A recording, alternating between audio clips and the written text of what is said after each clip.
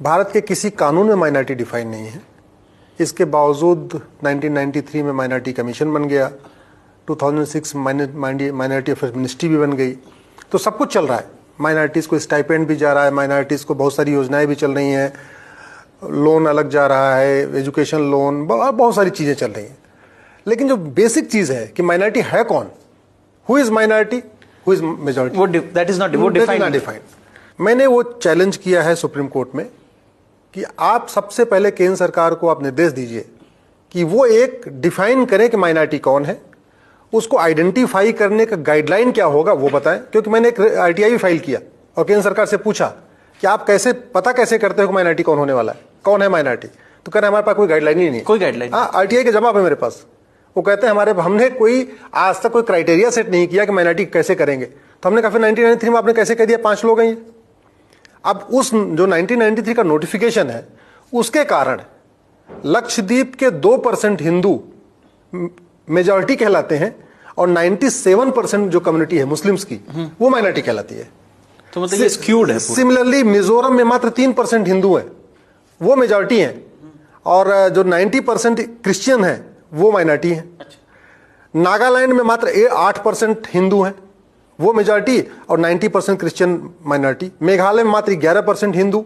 ऐसे 8 राज्यों में 8 राज्य हैं जहां है कि वास्तव में हिंदू माइनॉरिटी है संख्या के हिसाब से, लेकिन वो माइनॉरिटी नहीं, वो मेजॉरिटी कहलाते हैं। और जो कम्युनिटी 90%, 95%, 80%, 85% है वो माइनॉरिटी कहलाती है।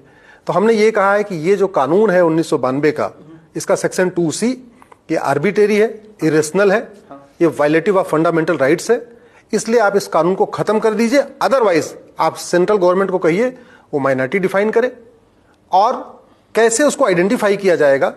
मेरा अपना व्यक्तिगत मत है कि या तो ये माइनॉरिटी मेजॉरिटी खत्म होना चाहिए।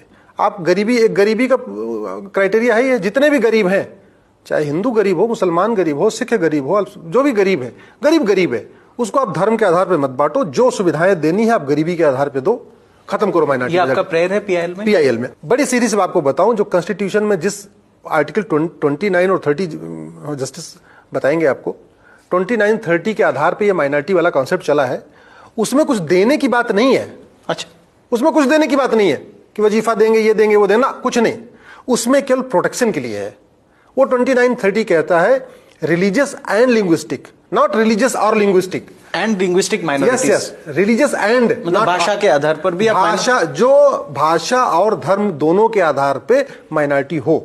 और जहां तक अगर आप ये कि यूएन में डिफिनीशन है, वो डिफिनीशन कहती है एनी ग्रुप और community which is socially, economically, politically non dominant and inferior in population. Inferior मतलब बहुत नगण्य, छोटा सा, मतलब 5-10%। ना 5-10 नहीं, 1%, 2% ऐसा हो, नगण्य। इनफीरियर का मतलब बहुत नगण्य, not in 2 digit, single digit.